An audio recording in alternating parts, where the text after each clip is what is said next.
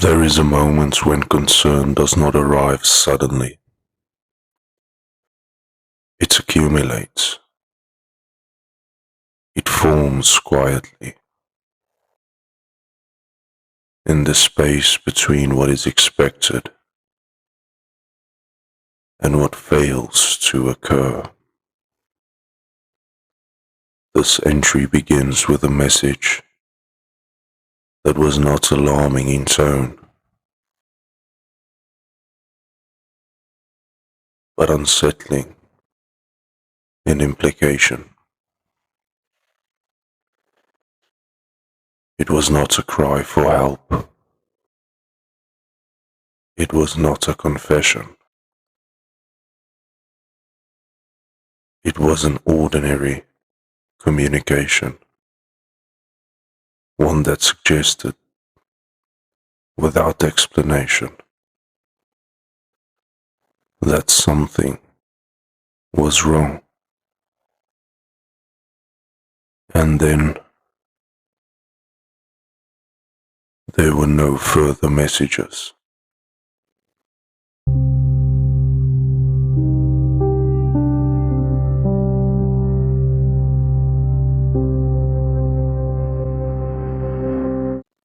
Matthew Weaver lived an unremarkable life by any public measure.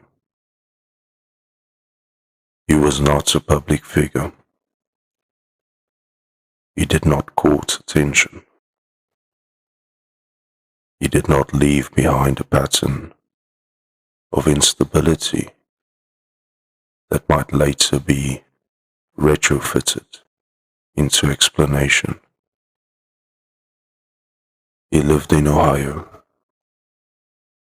He worked a regular job.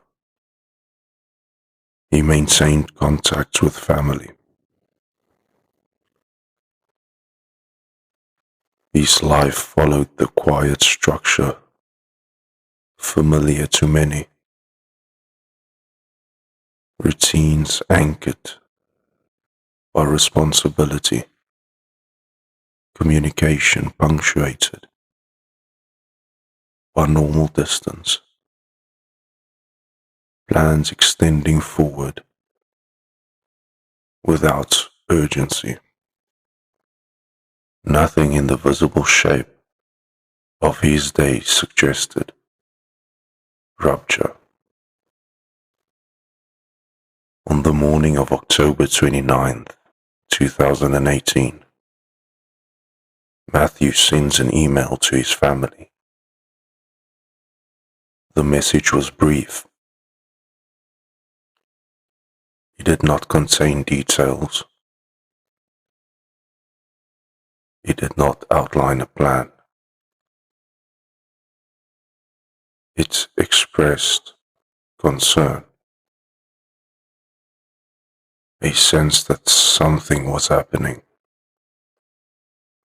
something he did not fully understand. He could not fully articulate. He suggested he might be in danger. There were no names, no locations, no accusations, only the implication that safety, something normally assumed, was no longer guaranteed.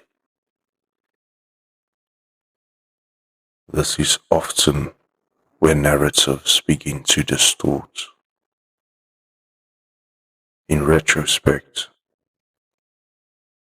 messages like these are frequently treated as warnings,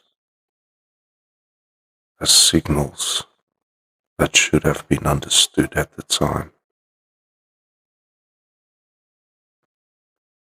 But at the moment they are received, they do not behave that way. Concern exists on a spectrum. People have anxious days, People misinterpret situations. People express fear that later dissolves into explanation. Nothing about the email demanded immediate alarm. It suggested unease, not emergency. Later that day, Matthew left his apartment. This action on its own was unremarkable. Adults leave their homes every day without announcing where they are going. They run errands. They clear their heads. They step outside routine for reasons that require no record. There is no evidence of struggle, no indication of haste, no documented disruption. Inside the apartment, his belongings remained. His space appeared intact. At some point after leaving, communication ceased. Messages and calls were not answered. At first, this absence did not register as absence. It registered as delay. Phones die. People need space. Silence in isolation is not evidence, but silence accumulates. And as hours extended beyond their expected shape, silence begins to feel different. Family members attempted to re-establish contact. There was no response. The earlier email, once merely unsettling, now gained weight through proximity. It did not explain the silence,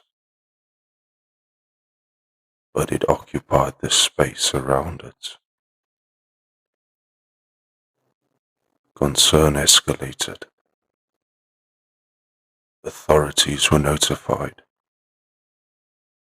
Matthew was officially reported missing. From this point forward,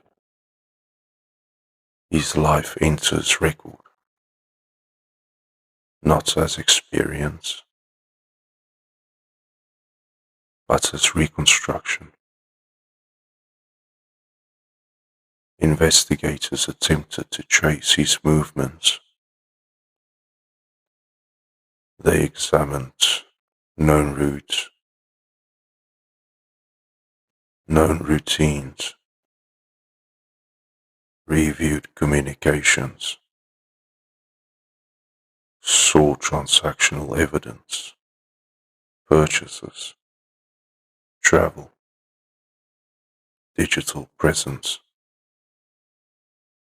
There was no confirmed destination, no verified site that extended his path forward. The city continued operating around the absence. People went to work. Stores opened and closed. Traffic moved through familiar corridors. Somewhere, Within this ordinary motion, Matthew's presence had ceased to register. Cases like this challenge a common assumption of modern life, that existence is traceable, that movement leaves record, that to disappear requires effort, but disappearance is not always dramatic. Sometimes it is simply unobserved. Days passed, then weeks. Matthew did not return. No additional messages arrived to clarify the earlier concern. No evidence to transform implication into explanation. There was no moment that could be pointed to and labeled the event. Only a narrowing parameter, the last known communications, the last known departure, the expanding space beyond. For families, this kind of absence does not behave like loss. Loss has rituals. Loss has language. Absence remains unresolved. Time moves forward, but the record does not. Each unanswered question preserves itself. The earlier email remained. It did not gain clarity with time. It gained gravity. Investigators continued their efforts. Leads were followed. Possibilities were examined and set aside. Nothing extended the timeline. Nothing confirmed safety. Matthew Weaver was not located. He was not found alive. He was not found deceased. His account did not resolve into conclusion. There are cases within the ledger where violence is evident.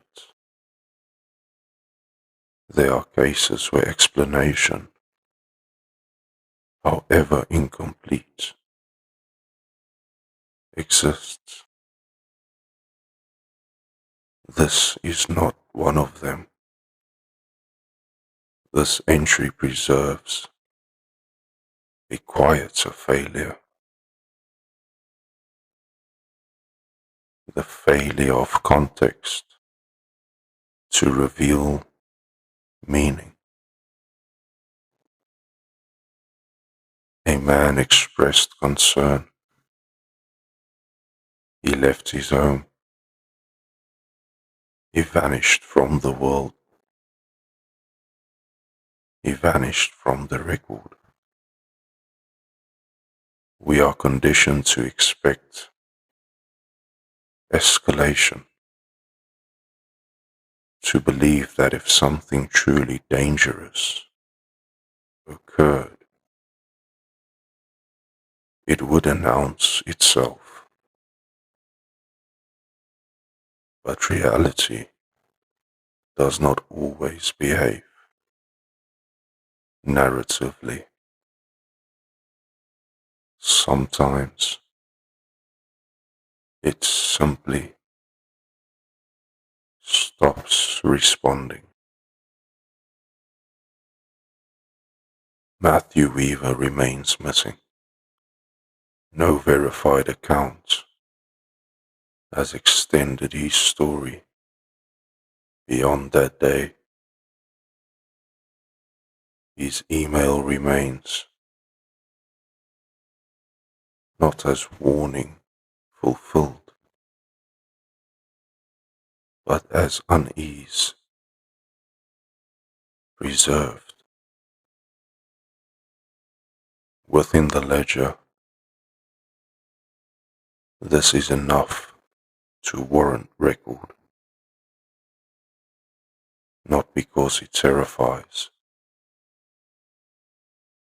but because it unsettles the assumption